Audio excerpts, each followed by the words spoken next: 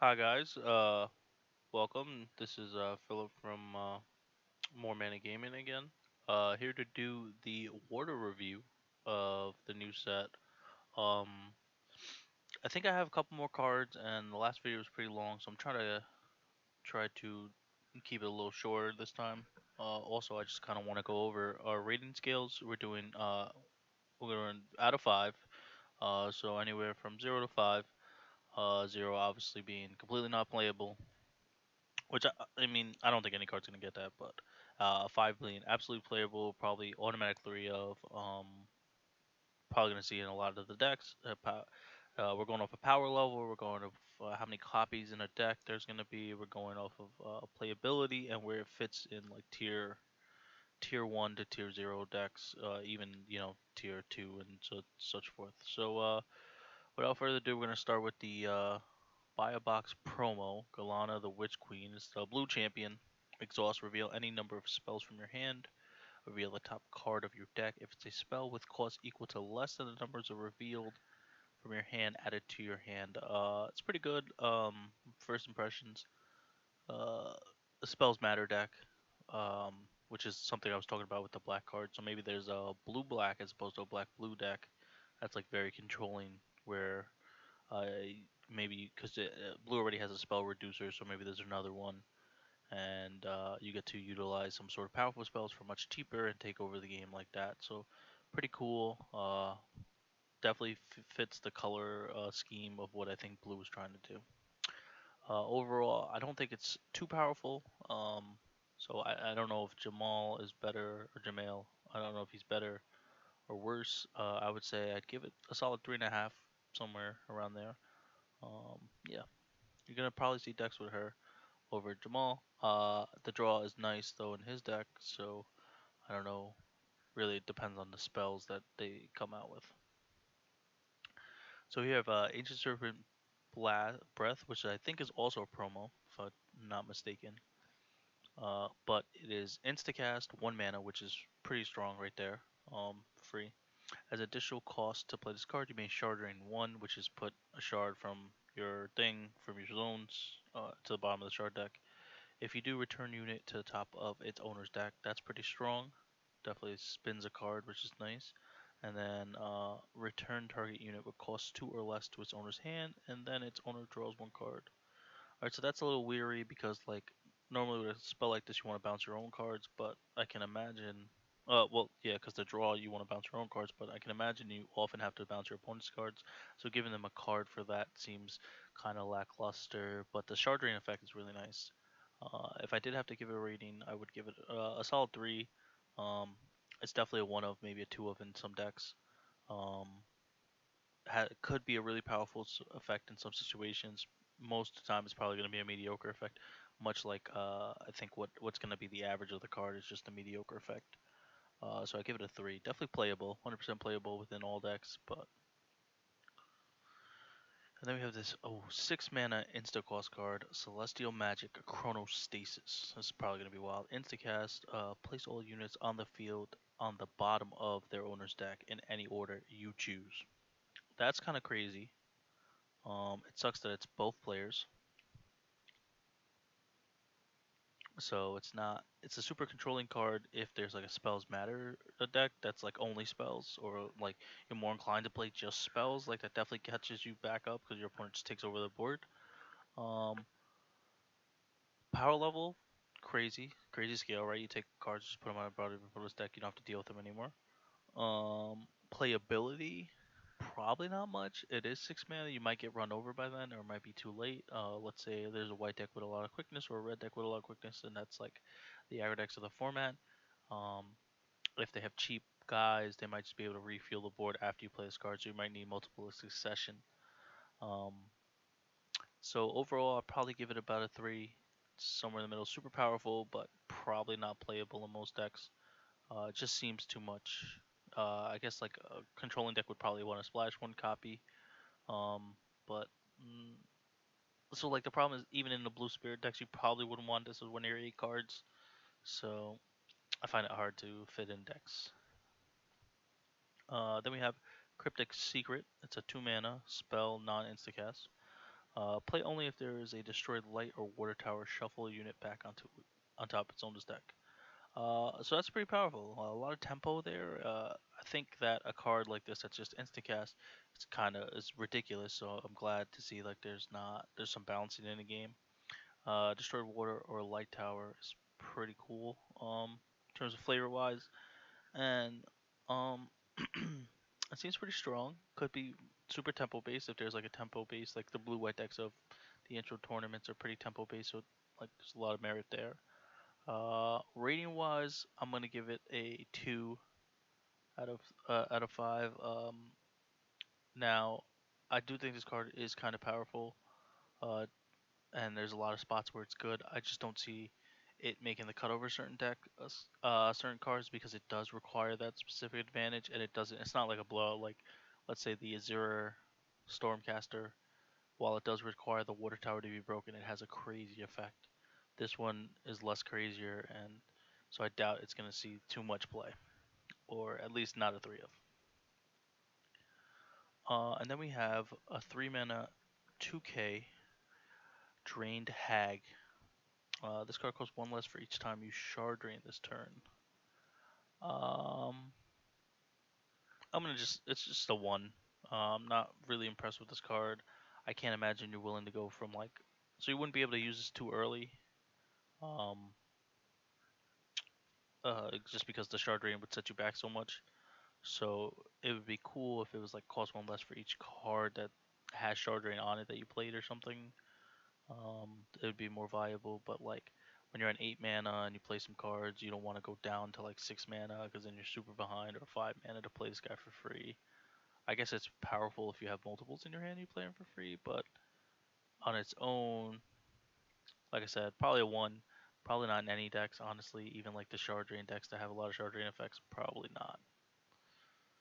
Uh, just doesn't do enough for its cost. Cost in terms of like its intrinsic cost with the shard drain as opposed to its actual cost. 3 mana, 20k is probably like about the average of where you want to be at with 3 mana. And then we have Gathering Shardlight. It's a 2 mana instant cast spell, which is nice. Draw 2, then discard 1 card. Pretty impressive. I mean, I think it's overly costed for what it does, but there's a reducer effect in the intro decks. So essentially, in a spells matter deck, you'd want to play that, and so this would be 1 mana and 1 mana draw 2, then discard 1 is kind of insane. 2 mana is a lot worse, so I imagine those decks you still want multiple copies of this, so I'm gonna give it at least a 3. While I said I don't think it's too powerful and I don't think it's insane, but it's probably gonna be played in multiple copies in a deck that is playing it, some sort of combo deck maybe. But other than like power wise, definitely lower than a 3. Playability wise, probably like just around a 3, maybe like a 2.7 somewhere around there. But and then we have Hana, Apprentice of Me. 5 mana, 2500 attack. Arrive. Put target unit that costs 2 or less from your discard zone into play. So this definitely feels like a card to push multicolor things. I don't think that there's so far with the reveal, like with all the cards we went through and the intro decks, there's no real 2 cost that you would want to play that has amazing effect. It's cool because you get to put the blocker, the 2-drop blocker, or the 2-drop octopus into play. I guess they're both octopuses, but like there's the blocker, the 20k blocker, and or the 2000 blocker, or the 10k. I think it's a 1k stormfish or something. The one that like when it dies you bounce a guy. That's pretty cool for tempo. Like if you ever want to turn maybe a blue aggro deck or something on 5, you get 2 attackers, which is nice. Or in a mid range deck, you get a blocker and attacker. That's pretty like for 5 mana you would get 4500 stat wise, which is kind of crazy. Overall, decent power. Probably not gonna see too much playability, so I kind of give it somewhere in the 3 range, like lower than 3. Uh, I could be wrong about this card because it, like like I said, getting 4,000 stats for 5 mana is kind of crazy. But just because of the restrictions on the cards it can get right now, Maybe later it's probably like a staple in most blue decks, but right now I feel like it's hard to slot this card. So somewhere in the three range, like probably 2.7 ish, but definitely three. And then we have Kama Juggernaut, 5 minute, 30k, 3k. Sorry, I played Dragon Ball, so a lot of extra zeros there. Guardian, and then which is the blocker of this game. If this card uses Guardian, switch to active mode after that battle, which is super strong because your opponent can't bully your Guardian. So if you block one attack and you let's say you take 20, and you only have 10 left on you for damage wise, your opponent can't swing it with one of their 1Ks to actually kill it. So that's pretty strong right there. Kind of like a protection built in. And then you have a Shard Drain one. This card cannot be targeted by spells or abilities for the rest of the turn, which is like super strong. So it's really hard to remove. Um, really strong card, really solid. Uh, just because it's a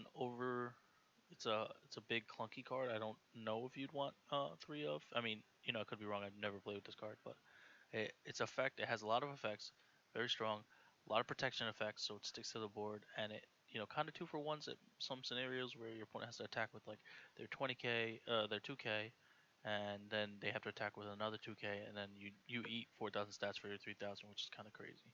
Also, just has 3,000, which is pretty wild for the attacking wise. Overall, I'm gonna give it a four. I think this card's really strong. Could be a five, depending on how like the decks shape up to be. In terms of you might want three. Like if this card's an automatic three of it, I think it's a five because the power levels of this card is so strong. So it's gonna be interesting to see where this fits in blue decks going forward. Like I don't see it in a Spells Matters deck, but maybe there's a Jamal deck that like uh needs a real like defensive win condition, and that could be it. So. Then we have the Kama Wave Bender. It's 3 mana, 1500 attack, arrive, return target unit to its owner's hand. Um, Pretty cool, pretty cool. Really tempo based, which is nice. Like on the play, there's probably like in Magic they have cards that like are tempo based in standard right now. This sort of reminds me of that where you could on the play steal the tempo your opponent missed turn one, plays a 2 drop, you can take them off that 2 drop with this. So you go attack a tower, maybe break it, maybe not, get information, and then bounce it back to your hand. You don't have to worry about it. So now you have 2 attackers before your opponent technically played a unit. So super tempo based. I kind of like it. Um, it's good for aggro, good for mid range, probably good for control because you can pick up like your opponent's better creatures that you don't have to deal with. Overall, it's a pretty strong effect for what it is.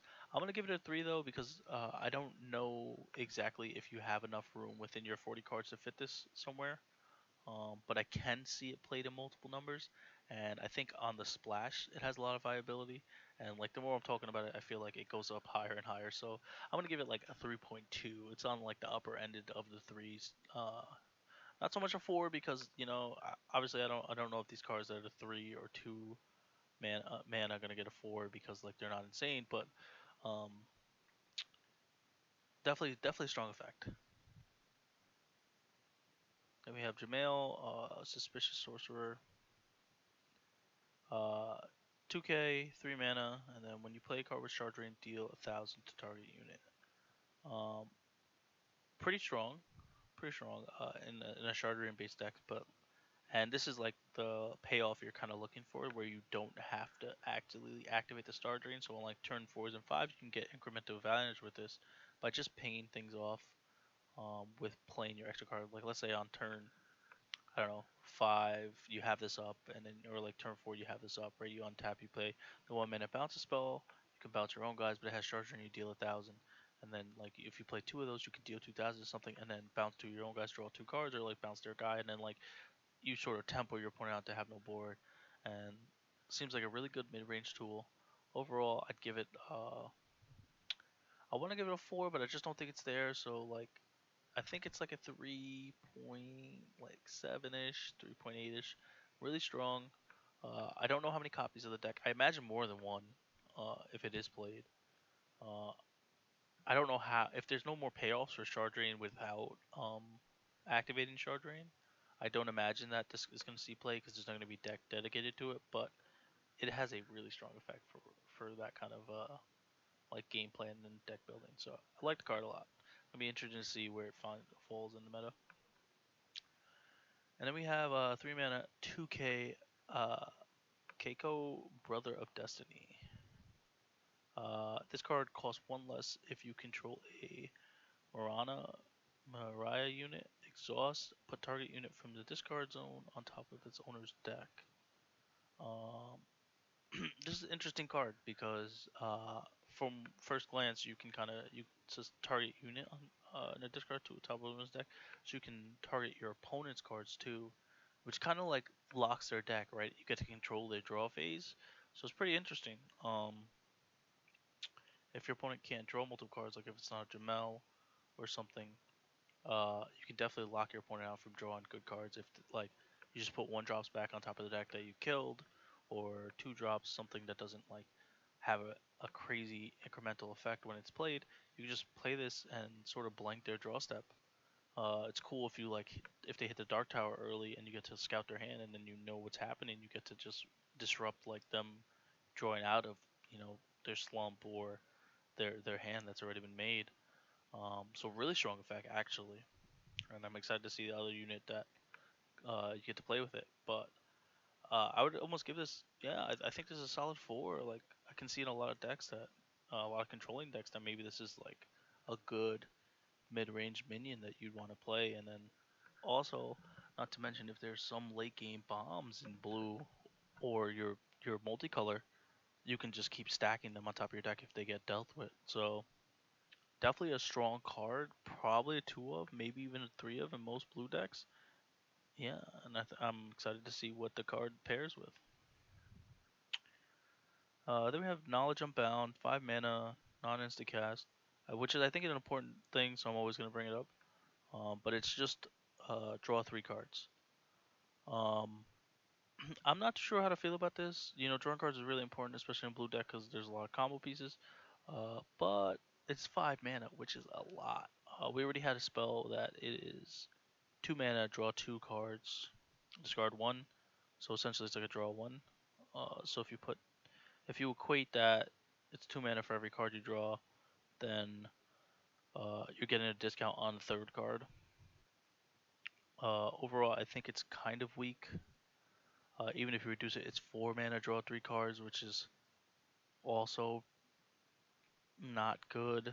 Uh, unless there's some way to reduce it by at least like 2 or 3, maybe maybe I'd pay 3 mana for 3 cards. That seems like a reasonable rate, but nothing crazy. So the thing is, right now, what seems to me is like there's a lot of tempo based plays, and you're taking your turn off to do this, especially if you do have no spell reduction. You're taking 5 mana off to do this, and 5 mana is when you should really impact the board or set up so that your opponent needs to out your board, and this doesn't do either of those effects. So I'm gonna give it a solid 1. Um, gonna be hard to find a reason to play this card, but could be some super combo deck that like plays it and gets to, I don't know, like Dougie all over your opponent. Like it's just.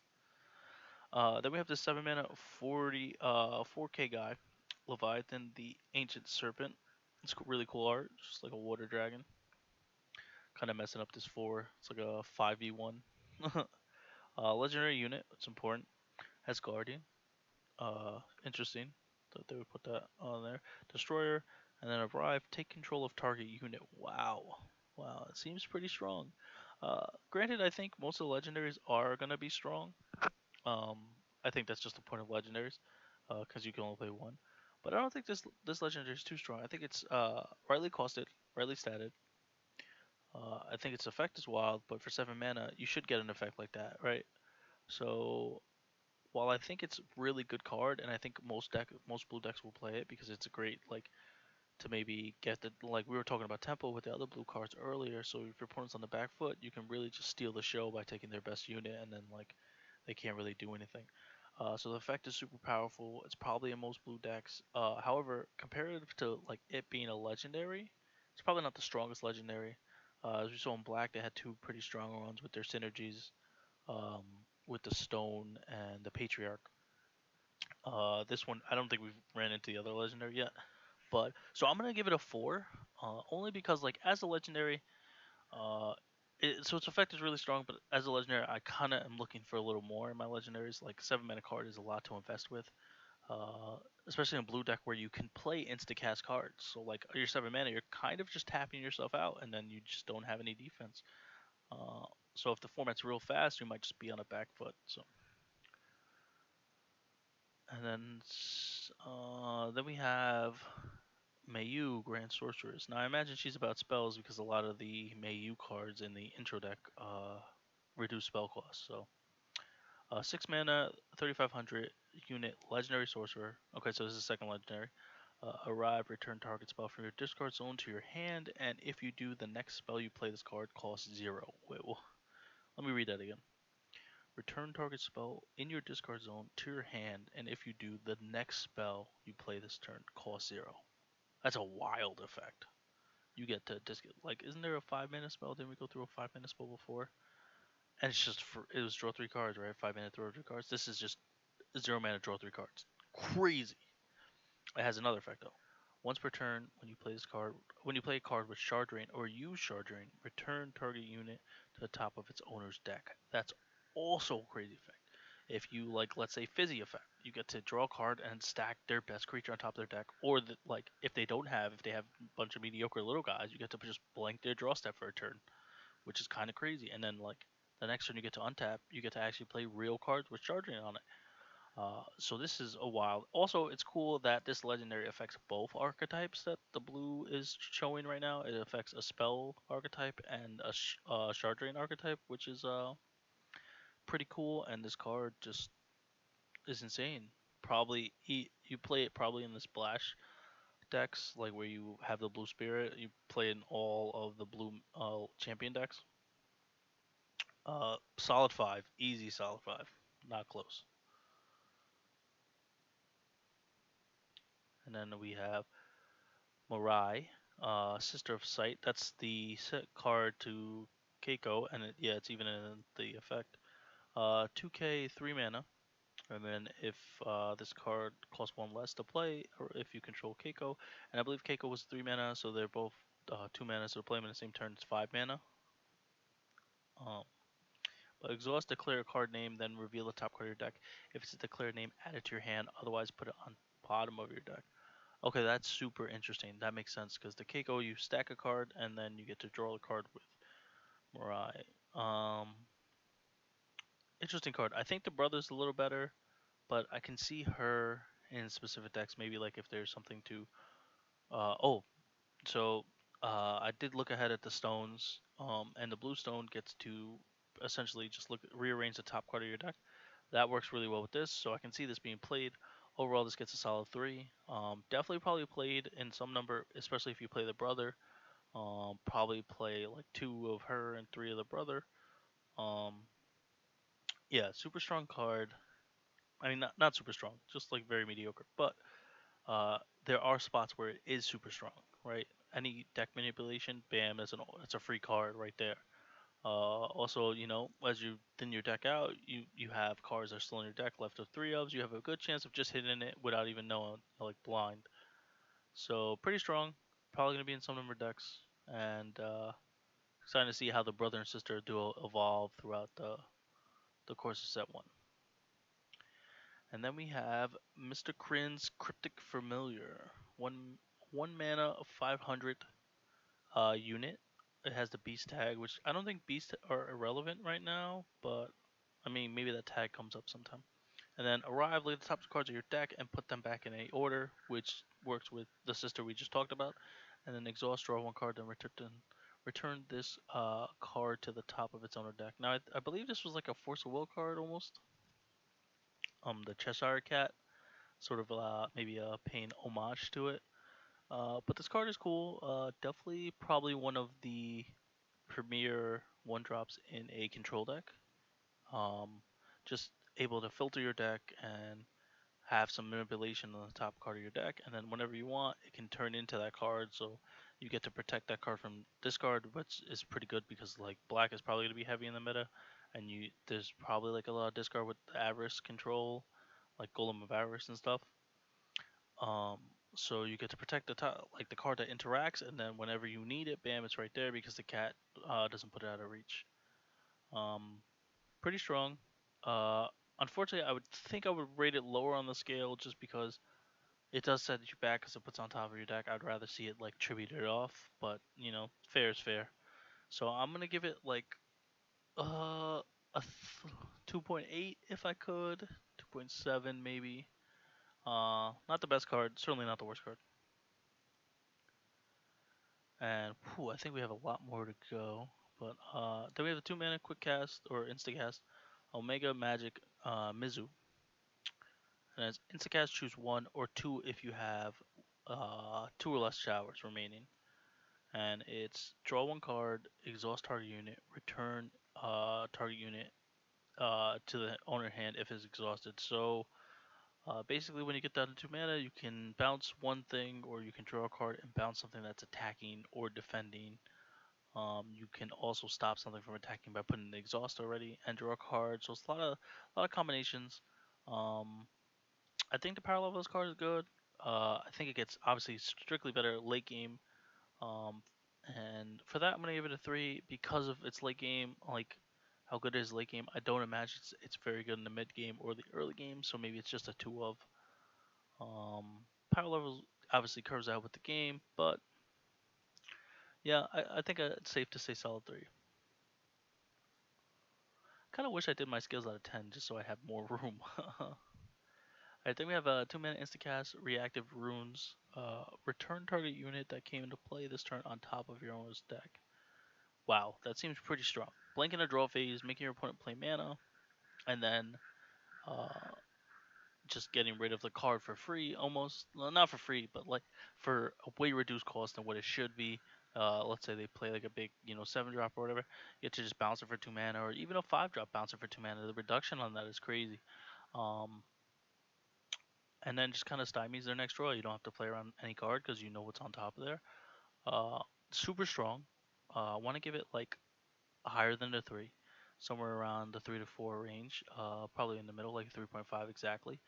I imagine there's going to be a few copies in every deck because it just seems really strong. Spells matters, maybe a shard drain deck, just because it gives you time to shard drain because you can uh, make your opponent's turn not as valuable, kind of invalidate some of the cards they play. So pretty strong there.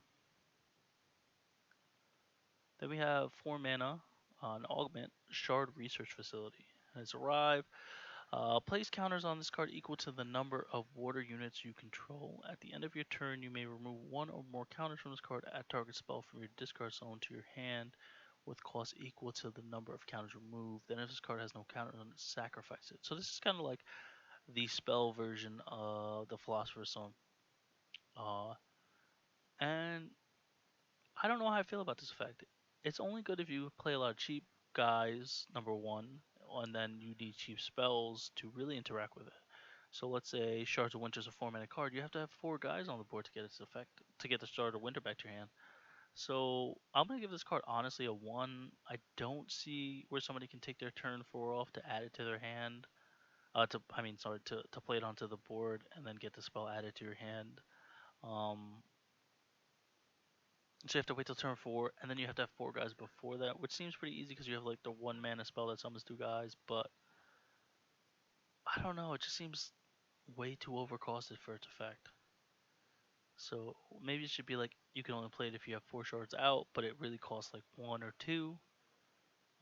That'd be cool. I'd like to see some effects like that, but yep, can't give it more than a 1 there. Can't imagine people play too many of that one. And we have Tidal Rust, instant cast, 3 mana card. In addition to this card, to cost a play, you may shard drain 1. If you do, return target unit to its owner's hand, and then it says return target unit to its owner's hand, then draw 1 card. Okay, so this is like the inverse card of the 1 mana version of this. I forgot what it was called already. But you get to draw the card 100% of the time. And then if you shard drain 1, you get to bounce. It doesn't go on top of the owner's deck, but it still deals with 2 creatures. Seems pretty strong. The 3 mana spells that I've seen so far, the one from black and the one from blue, also seem very strong. Also, I don't even know, but this art is kind of crazy, right? You see, is this somebody's like head getting cut off from the lightning? That's crazy art. Or is he like stuck in the water? Um, but yeah, strong card, very strong card, very solid card. I imagine it's gonna be a two of in most decks. Spells matters, maybe a three of if there's a spells matters deck. Shard deck probably just a two of, but it is a strong effect, especially if you had to attack on the shard drain. It's exponential. So I want to give it close to a four, maybe like a 3.6, somewhere around there. Then we have Ancient Serpent's Breath. Oh, this is just the. I think I already reviewed this one. It's just like the promo version of it. And then the last card I have is another promo card to review. It's a 3 mana 2K Ash the Glacial Sorcerer. When you play a water spell, you can place an ice wall counter on target non-destroyed tower.